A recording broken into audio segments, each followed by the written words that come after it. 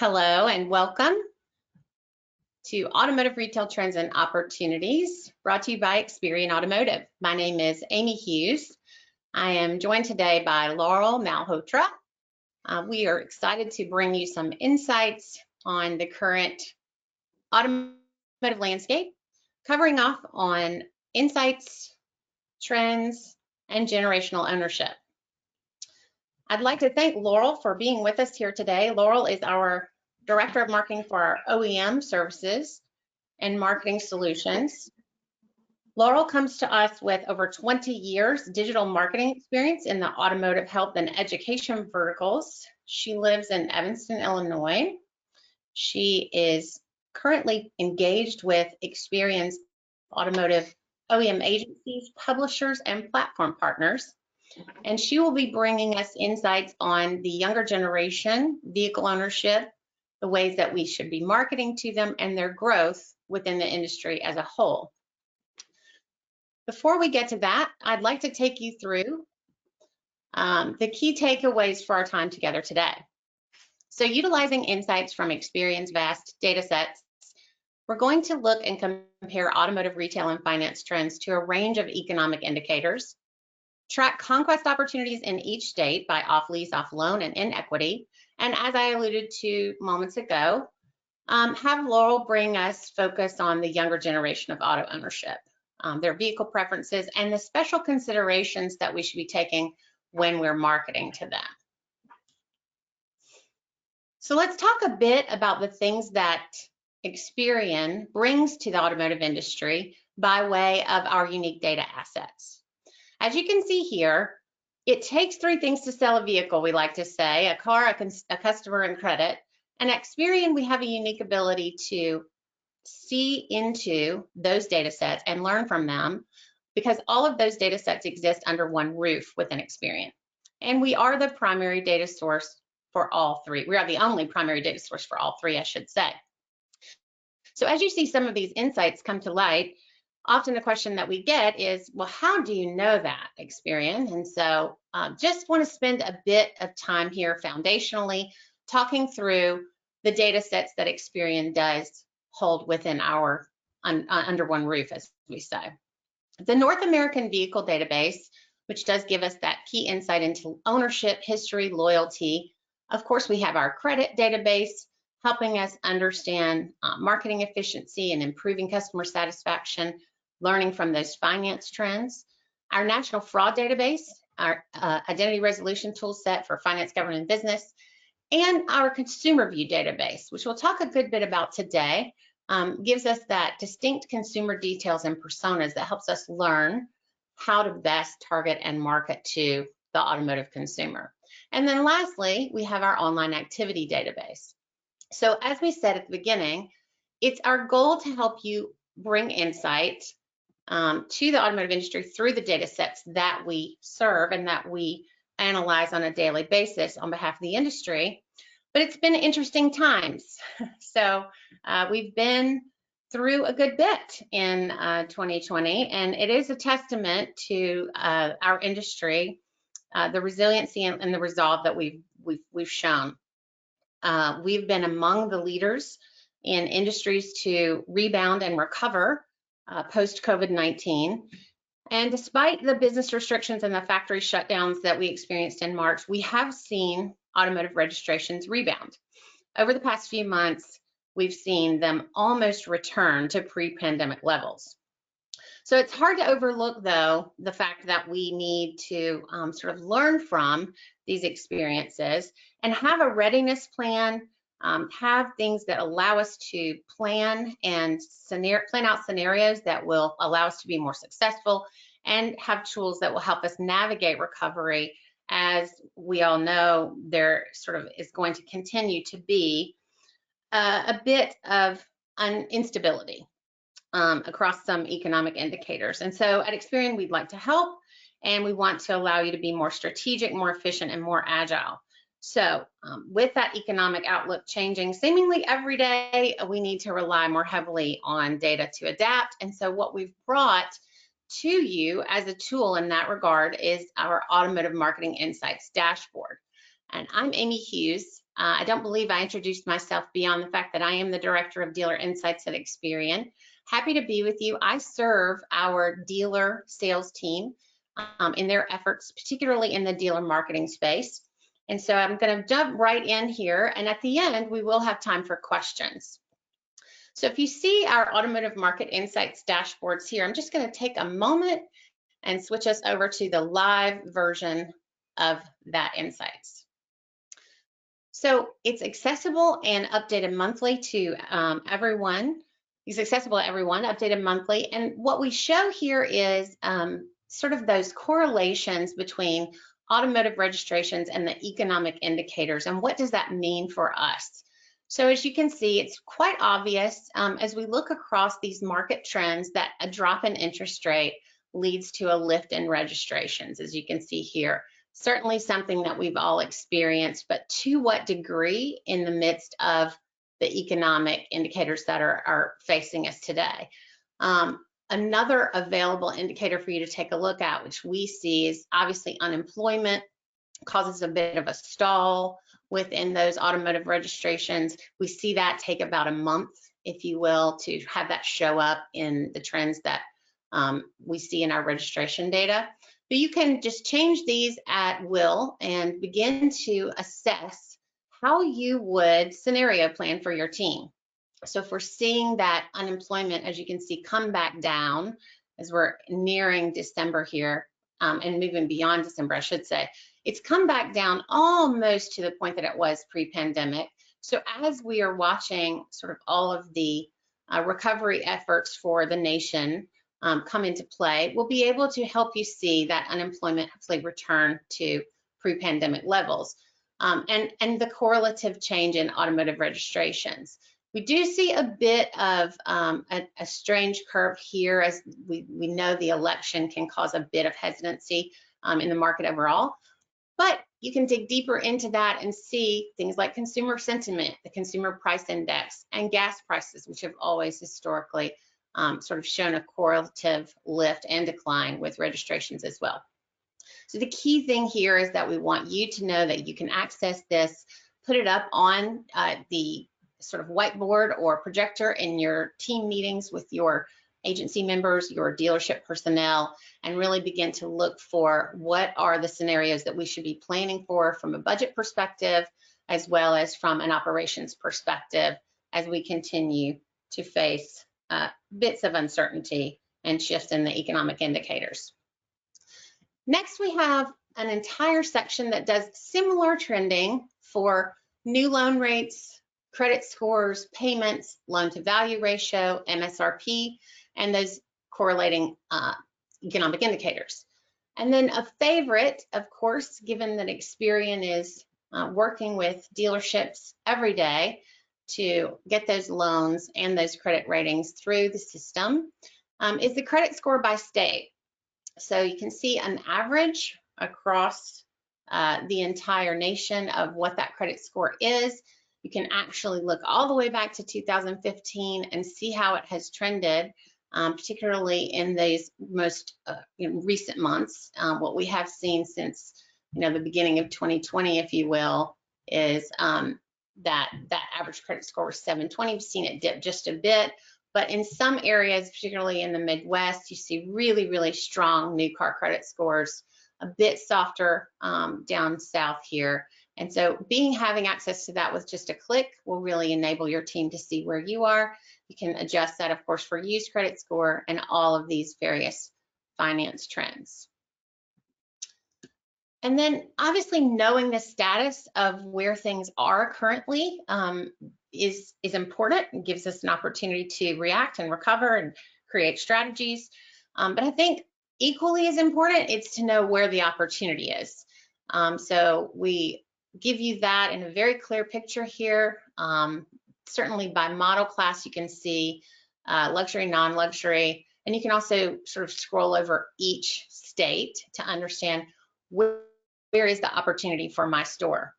And the reason that we break down opportunity this way, looking at off lease, off loan, and inequity, is we see those as high buy propensity markers for each state. And they are very different.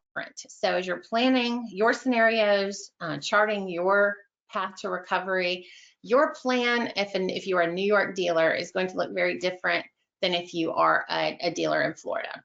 And so breaking it down and making sure that we're offering you insights on how to put tactics such as attractive incentive packages, cashback programs, or generous lease packages into your market, it gets you further ahead and gives you a better competitive advantage. You can see, particularly in the lease expiration here, we've got roughly 165,000 in the next 6 months coming out of Florida.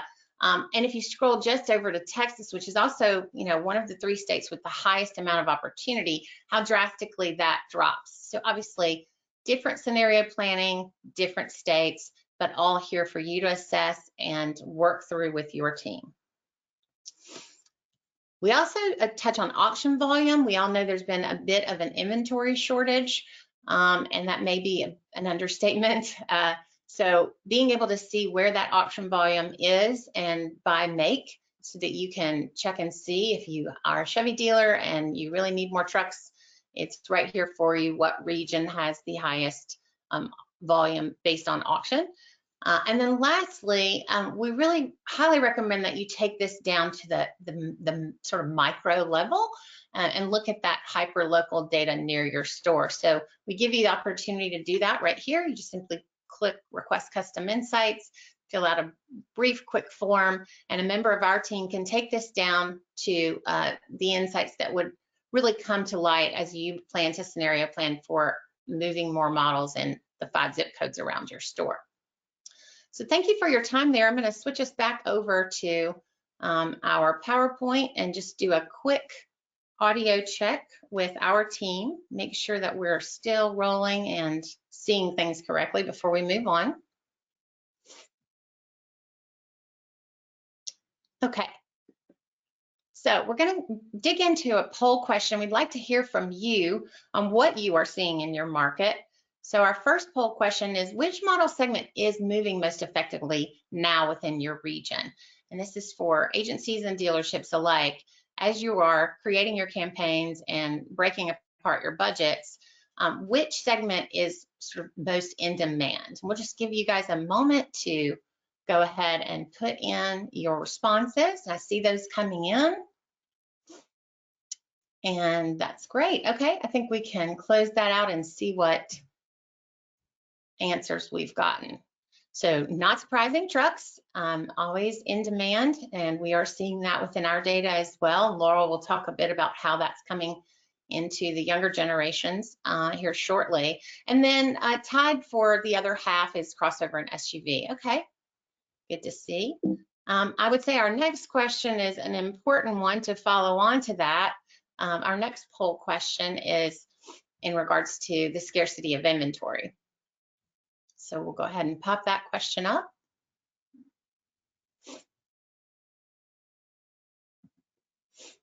Which model segment lacks sufficient inventory in your region? Where are you guys hearing from your dealers that it's the most difficult to get inventory in the recent weeks and months? So we see those coming in as well. Just a bit more time on this poll. Okay, we can close that out. Thank you. So quite a conundrum, right? We have our crossover and our trucks. Looks like SUVs are still prevalent for you guys, so that's good news.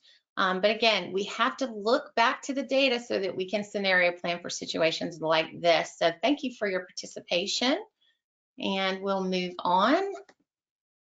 So if you'd like to access the Automotive Marketing Insights dashboard and, like I said, share it with your team, it's really, really quite simple. You just put in the URL that you see here. It is ex.pn/autotrends. And I think we ask for 4 or 5 pieces of information, and then you'll be sent access to visit that site anytime. Nothing to download. It's really quite lovely. And we want to say a special thanks to our team who put this together. It's really an honor to work alongside Eric Ermstead and Heidi and that entire team. So thank you very much, because it really helps us serve our dealers very effectively. All right, so moving on, we're going to give this over to Laurel now, and each time that we host this webinar, we're going to have a special focus.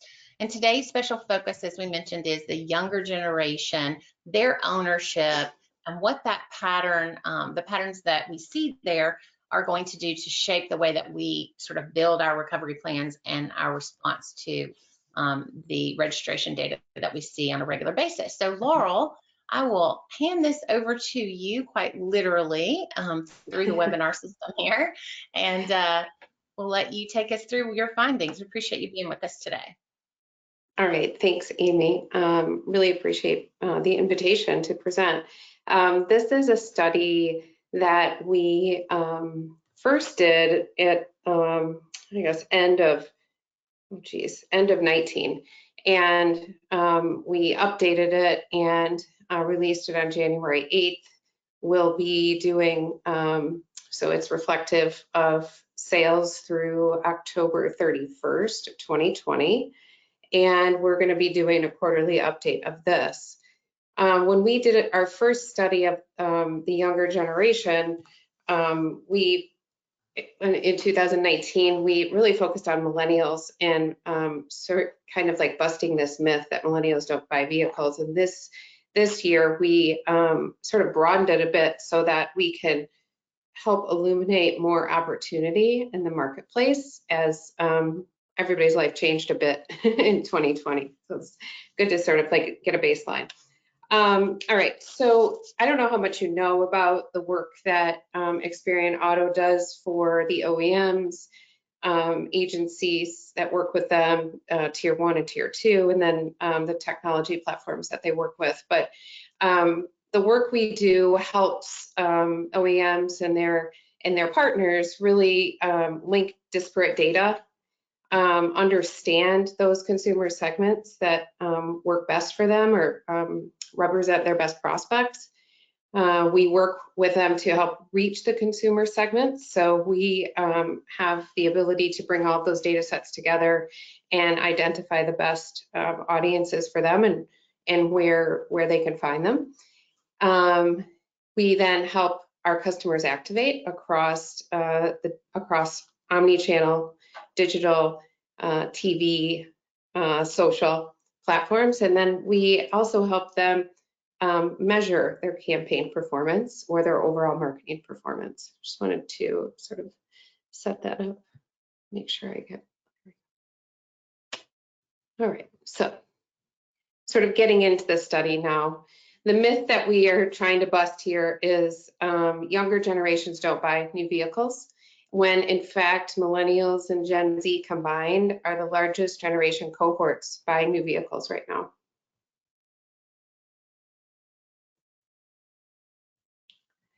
Sort of set the stage on what generations we're looking at here. Obviously Gen Z, millennials, we have some references to Gen X, baby boomer, and the silent generation when we're going through our market statistics.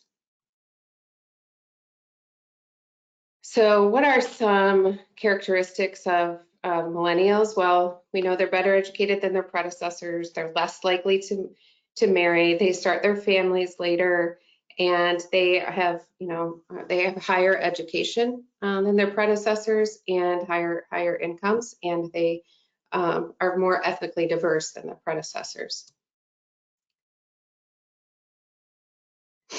Then looking at how Gen Z sort of stands out is Gen Z are they're digital natives. They don't know anything but their cell phone and text, and probably might not know exactly where to find their email. So they're more ethnically diverse than even the millennials, and they're on track to be the most educated generation, and they're the largest population of any generation. They're 32% worldwide.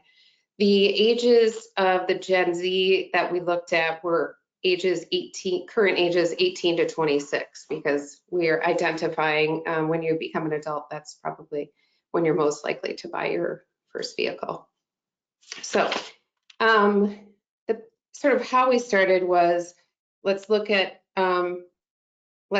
generations, and let's look at their vehicle buying habits, and then let's look at different ways we can identify them uniquely. So first, let's start off with the idea that Gen Z and the millennial population are larger than the Gen X and the baby boomer. This equals power, and really is, we're looking at the millennials and Gen Z coming into the market, and sort of what we really need to do is take a look at, make sure our marketing and targeting strategies include more of Gen Z and the millennial purchase habits.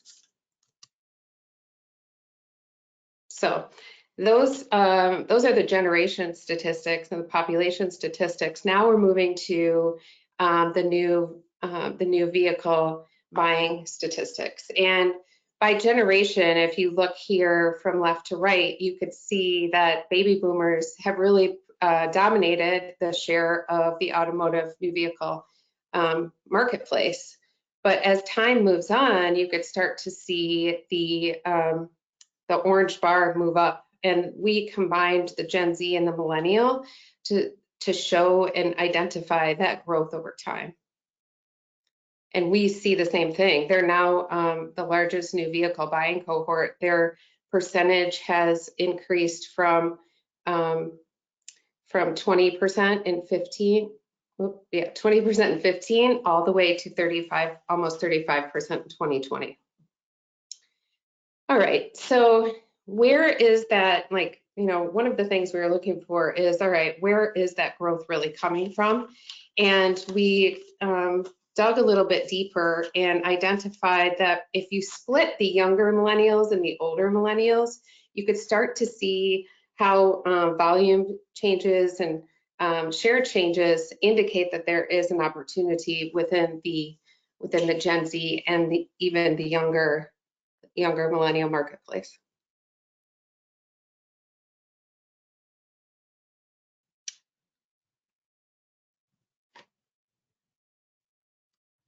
Jeez.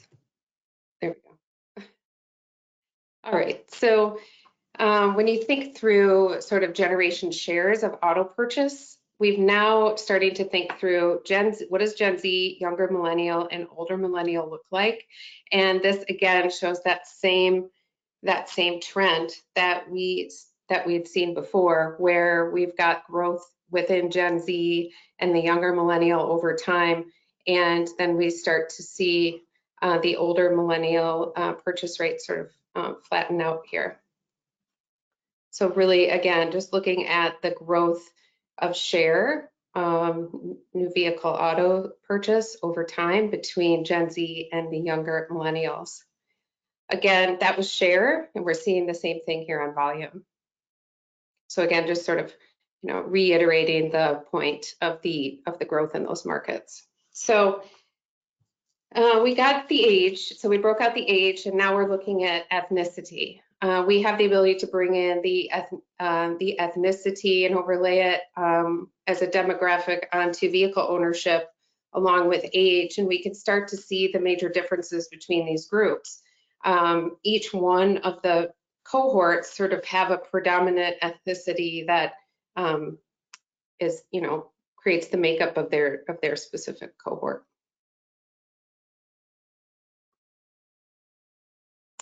All right, we're going to move to a poll question here.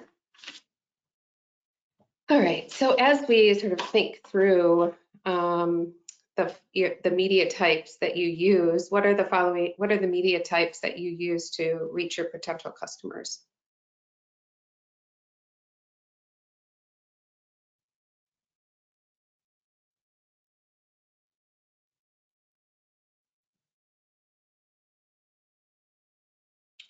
All right.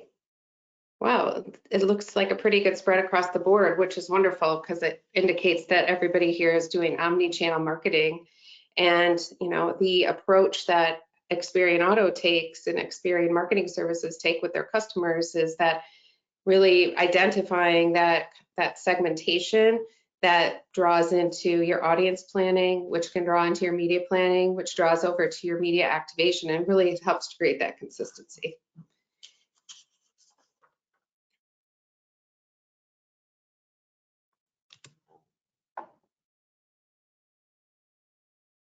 Okay.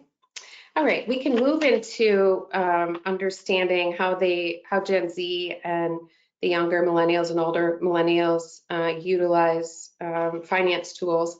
And really, the Gen Z is more likely to use loans versus the millennials, both groups. So interesting to note as you work inside of your creative messaging, but then also how the consumer experiences at the dealership and what incentives or deals you're presenting. All right, then looking at sort of body style statistics, Gen Z really is more apt. They index the highest for sedans ownership, and the older millennials index high for vans, which sort of makes sense because the older millennials aged 33 to 40 really are coming into their own, building their families, and the passenger van and the SUVs are and pickups are important to them and are useful in their life. All right. All right, and then at Experian Auto, we're able to understand loyalty, and we can understand loyalty from a brand perspective, from a make model perspective, but then also from the body style or vehicle type perspective. And it's interesting to note here that, in general, these buyers, when they come into the store, there's a high likelihood that they're going to buy another sedan or another wagon or a hatchback.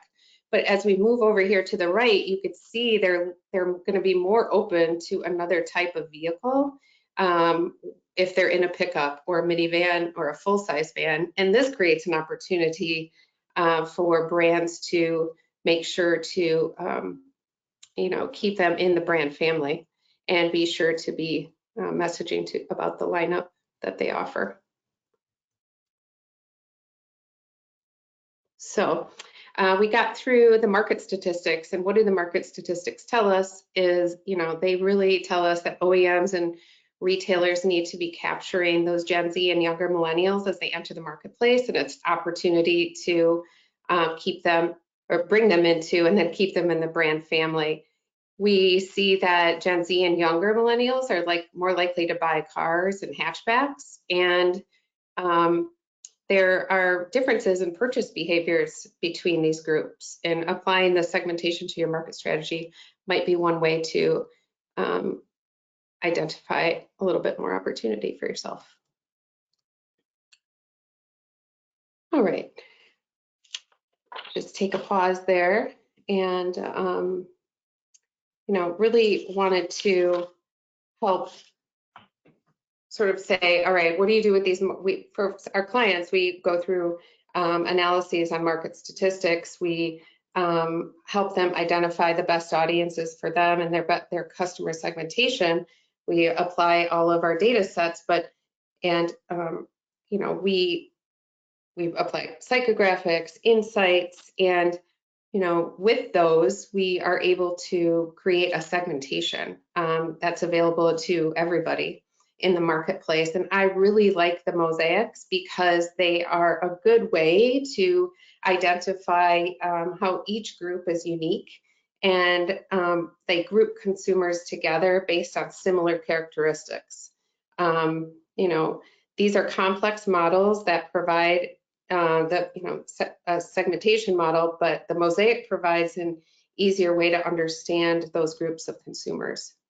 It brings in to account who they are, where they live, how they get by, their financial status, things about their digital lifestyle, how they prefer to receive communication, how they view the world, everything from political to how green aware they are, and then we also take into account their health and fitness lifestyle. So you can really start to use these mosaics. When you start to learn about them, you could start to identify creative messaging. You can identify different ways to understand the way that they perceive themselves in the world, and then also you can understand what media to participate in, or what medium to participate in.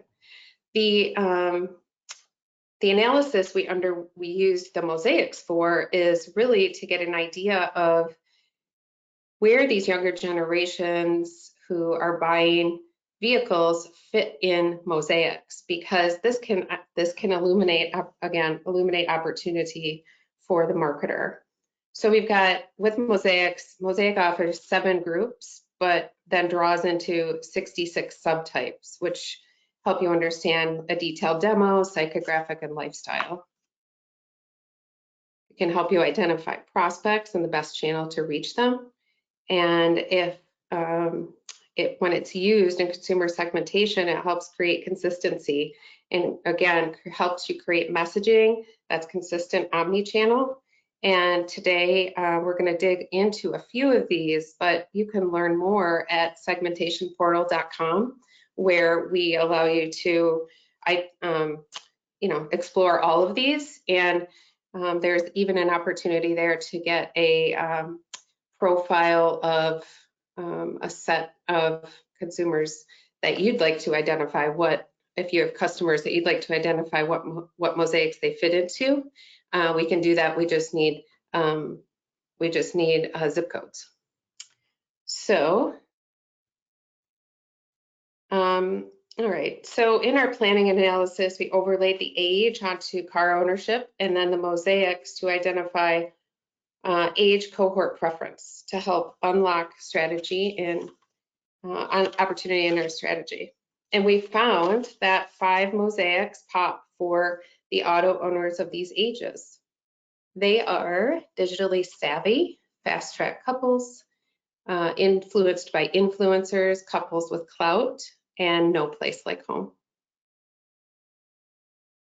We are going to focus on just a few of these today. They really sort of, the 3, there are 5 that pop across the board, but there are 3 that we're going to look at today. And those are the digitally savvy, influenced by influencers, and fast track couples, which are specific to younger millennials and their auto ownership. So, digitally savvy. This is a screen grab. There's a couple of screen grabs here from the Mosaic segmentation portal, and I'll just walk through a snapshot of the digitally savvy and their characteristics. So the young singles who live in digitally driven smaller city lifestyles belong to digitally savvy. They typically have a female head of household. They're single, no kids. They're most likely to be bilingual. They rent an apartment.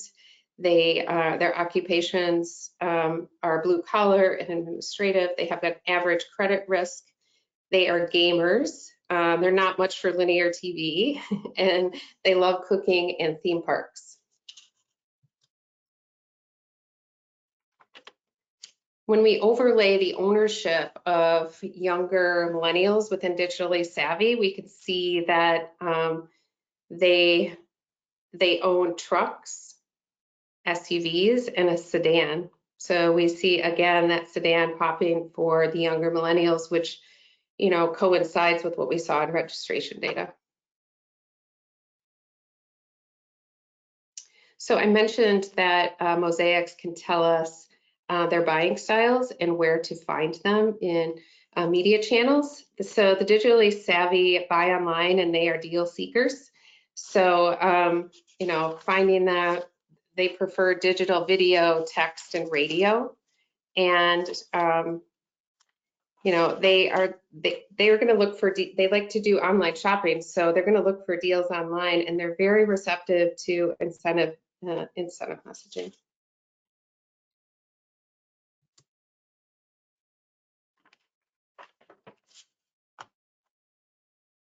All right, so fast track couples. Let's see, these folks are active, young, upper, established suburban couples and families living upwardly mobile lifestyles. And They are married with kids. They're age 31 to 35. They're more likely than others to have ethnic heritage as part of the way that they live. They own their own single family home, and it's the first house they purchased. Their low credit risk and their lifestyle, preferences include visiting zoos and museums, going to concert, running, hiking, and going to movies. And then what do fast track couples drive that are part of the younger millennial generation? They drive trucks and SUVs. And we see there it's just, it's the Ford F-150 and the Chevy Silverado that lead this group's ownership. So again, fast track couples are online shoppers, much like the digitally savvy.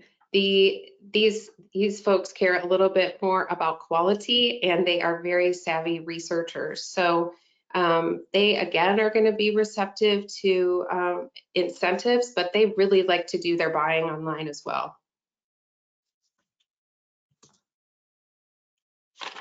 All right, now we're at the last one for the young millennials. This is the influence by influencers. These are the young singles living in the Midwest and southern city centers. They are career driven, they're foodies, they live an active social lifestyle. They rent an apartment in a building. They're typically aged 25 through 30. Their household income is up to $75K, and they enjoy music, arts, soccer, and NBA. So influenced by influencers, reminder, this is one that's specific to the young millennials. And you could see why it pops for young millennials. It's all sedans. This group drives either a Toyota or a Honda, and there's one SUV that pops there, but overall, they are most interested in sedans. And then for the influence by influencers, what's different about them? Well, they shop as a hobby. So they'd be very responsive to your online incentives, and they're going to buy online. So reaching them by digital display and radio, text, and digital video and streaming TV is going to be a really effective way to reach these folks. All right, we're going to go to a poll question. Which demographic do you currently consider the target market for your vehicles?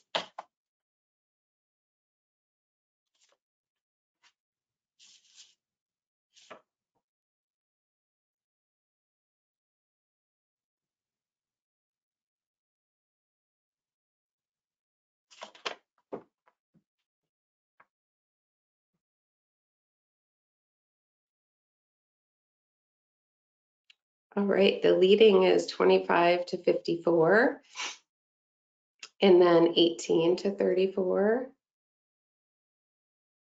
which is tied with 25 to 49, and then 35 to 49. Now, I really like to put these up here because these are the typical demographic splits that we have when we're doing our marketing and planning and consumer segmentation. But this generational analysis allows us to identify the age ranges which align best with opportunity relative to the business planning that you're doing. So marketing plans can really start to be a little bit more customized. Technology has caught up, so being able to identify these opportunities and then apply them to your marketing strategy, your audience strategy, and your media planning strategy just can help you be that much more effective and successful.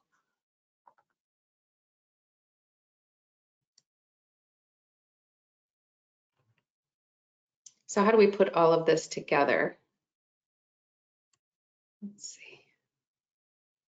So the work we do really helps us, we bring the market statistics, the demographics together with ownership and overlaying mosaics, and it really helps us understand how to capture the consumer.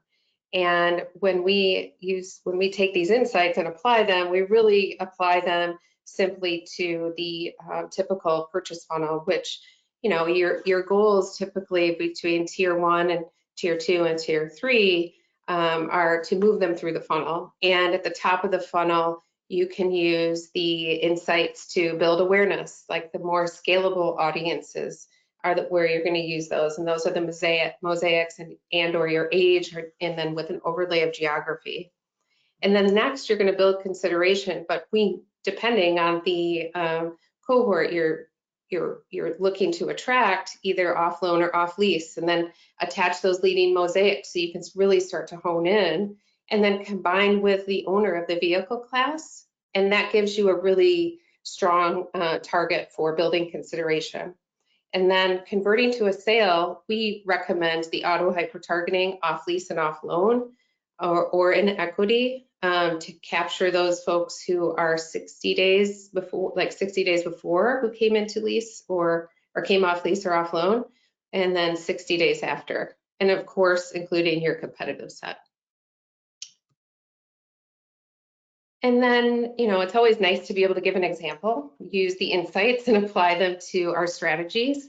So this is an example of the younger millennial SUV, CUV audience strategy, where Experian audiences can help you in every part of your campaign planning. So specifically, taking the insights we saw here today, for awareness, we would choose the ages 27 through 32. That's the younger millennial cohort. And then we'd take their top 3 mosaics and we'd create an audience for the awareness message. Then we would create another audience for consideration that either uses loan or lease, because the younger millennial here they were really tied. They were using them about the same rate. And we'd combine that with owners of sedans and hatchbacks, because we know those owners are open to moving to another vehicle type. And then obviously including the competitive set owners. And then lastly, to really work for you on that last mile, the audience that we build to convert to a sale is, again, that auto hyper targeting, capturing those people who are coming off lease the last 60 days and who are going to come off lease in the next 60 days, and for your vehicle, your brands, but then also for your competitive set.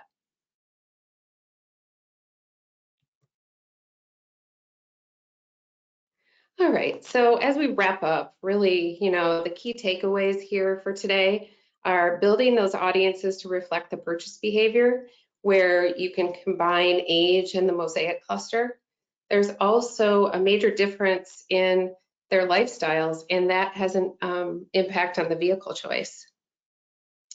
Building messaging that incorporates the lineup across your vehicle type is really important, and it's an opportunity to keep them in your family, either at the dealership or at the brand level. And then as we all think about incentive messaging and ways to sell more vehicles, you know, we should consider the preferences of the cohorts here, that, you know, in some cohorts, they're going to prefer text or email. In other cohorts, you're going to reach them most on streaming TV, and you know, they might end up being a group that wants to only communicate with you on text. So as you sort of start to think through your tier 1, tier 2, tier 3 tactics at the retailer level, at the regional level, and then again at the brand level, they all should sort of line up and take into account the preferences of that cohort.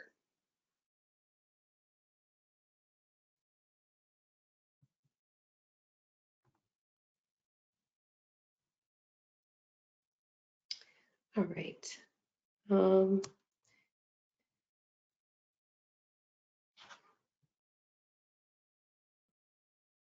Okay, I'm just bringing myself back off mute here. Fine. We need to do a sound check every time we move from one to the other. So That's fine. It's where I ended up was the incentive messages really need to be considered across tiers, and really want to start to think about how our cohorts of customers prefer to be communicated with, or where you can get the most engagement. Yeah, and as you and I were talking through this, I asked you to sort of put this in on behalf of, our tier 3 and dealer team, and that's like, how does this actually work for an individual dealer?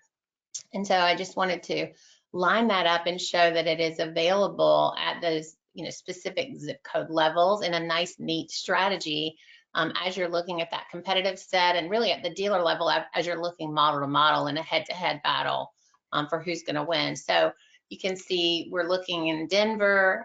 We're seeing, a competition here between the CRV and the Ford Escape, and all of this great insight that Laurel has brought to us and really brings to, our OEM partners all the time is very much relevant to the dealer world. So we've got the specific channels, we have those specific lifestyle categories, but then making it relevant by, really showing a dealership near their store how the data changes and shifts. So thanks for giving us the chance to sort of tie that all together from tier 1 all the way down to tier 3.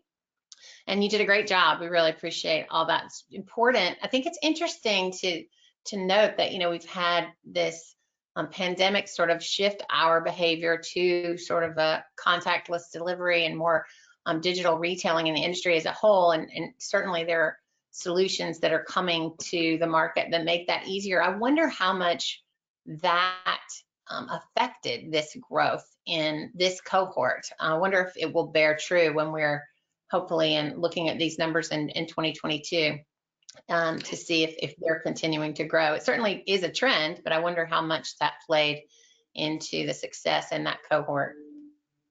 Yeah, the digital retailing and the preferences of these younger generations really just, you can create some really wonderful efficiencies in the marketplace, but if it's all lined up correctly, and creates very happy customers. Yeah. So we're going to open it up now to you all, and have you use your GoToWebinar control panel there to submit some questions to us. And we're really happy to field those, whether they're for Laurel or for me. So we'll wait just a moment to see if some of those are coming in. It looks like the first one I see, Laurel, I'll give this one over to you. What about the rise in electric vehicles? That comes to us as a question. So would you like to field that one? Sure. So we all know there are many electric vehicles coming to market, and we have syndicated audiences that are available throughout the marketplace, where you pick up your audiences that are new actually for us, and they are alternative fuel, hybrid, electric, folks who are interested in switching to electric. And we brought those into the marketplace, number one, because there are more electric vehicles coming to market, but also because we know that marketers are going to need to bring in more interest from the younger generations and the older generations, because we in our studies have seen that millennials really are the ones that are predominantly interested in electric vehicles. And so by creating some different segmentation, that allows marketers to sort of pick up interest and pick up prospects as they move along. Okay, great. We've got another one here. Let's see, I can just pop it open. What is the adoption of this type of targeting in tier 3? Yeah, so what type of agencies are you hearing or seeing that are taking advantage of this type of audience segmentation? Laurel, can you speak to that? Oh, sure. We work with many tier 2 agencies, and what they're using our tools for is to sort of identify what tier one is doing and bring it down to a geo level, and then do the application of the mosaics and asking us for insights, and then taking those to the marketplace when they activate for media. Yeah, and then I'll just build on that to say at the tier 3 level, we're seeing many agencies, actually our certified agency reseller partners and agencies overall, who are taking those in-market audiences, that auto hyper targeting that you were talking about, taking advantage of those and really crafting very strategic strategies on behalf of their clients, down to the zip code level. So we see it across all tiers, but thank you for the question. Yeah. All right, let's see. And our last question here is, so how does Experian let us know how this is working? I would assume that tees you up nicely, Laurel, for a sort of bit of an understanding about our measurement solutions. Yes. Yeah. So, we come to the market with capabilities to measure your campaign overall. We are an agnostic, provider in the marketplace. And so we have the technology in place to be able to bring in exposure data and measure it to a sale. And we can bring in location data and any other relevant engagement metrics that our clients are looking to stitch together. So that's one way we're helping folks measure. The other way I think about measurement when it comes to our products is how our audiences are performing for our customers. And, our audiences range from, we've got, 2,500 consumer view audiences, and we've got over 600 auto audiences themselves. And then we have auto hyper targeting audiences. And the continual feedback that we get from our customers is that even our syndicated audiences outperform the other audiences they've been using before. And our auto hyper targeting audiences, which are used for email and are highly related to AIE, we also have those for digital, and those are performing very well. They almost look like lead close rates that I've seen in my previous roles at other companies. So yeah. I'm really impressed with the way that these audiences are performing, and we measure those on a monthly basis and tweak them as we move along. It's really important for us to have the syndicated audiences that perform the best out in the marketplace at any point in time. Therefore, we update our audiences in the marketplace every month, and that is a superior capability in the marketplace. And then our auto hyper targeting becomes really valuable because it's able to be really precise and customized to our client. Right, that's great. I'll just sort of speak to the same question at the tier 3 level. We're able to actually display and match back to the specific audiences that our dealer partners and their agencies are downloading from our automotive intelligence engine. And I know at the dealer level, it's all about, how many more vehicles did it sell me? And it's so nice to be able to quite literally point in the platform to that exact answer. So it looks like we have some synergies there from tier 1 down to tier 3 as well. Well, yes. I think we've got one more here. Let's see. Oh yeah, great question. So how do we gain access to the Market Insights and Trends dashboard? Fair enough. So we're gonna give you that answer right here. Thank you for that. So wrapping us up, you can complete that brief online form that I showed you at the beginning of the webinar, and by going to ex.pn/auto trends. Again, you can request those custom local dealer insights, and then if you're interested in what Laurel mentioned, by uploading that test file to see how the segmentation portal would classify your customers and help you understand their lifestyle categories, you can certainly do that. And we do encourage you to reach out to your Experian representative to review all of these solutions in more detail. And lastly, I'll just have you, Laurel, if you will, put on your video so you can say hi. I'll put mine on. And maybe we can give the attendees just a bit of how to get in touch with the two of us if they have any questions. So thank you guys for listening in. Laurel, how is it best if they'd like to connect with you? LinkedIn or Twitter? Where do you spend your time when you're not right there LinkedIn behind is the best. LinkedIn you? is the Okay. best option for me. All right. And I'm on LinkedIn as well. And you can also find me at Amy Experian Auto on Twitter. Thank you all. We hope that you will be well, remain healthy and safe, and we appreciate your time today. Thank you.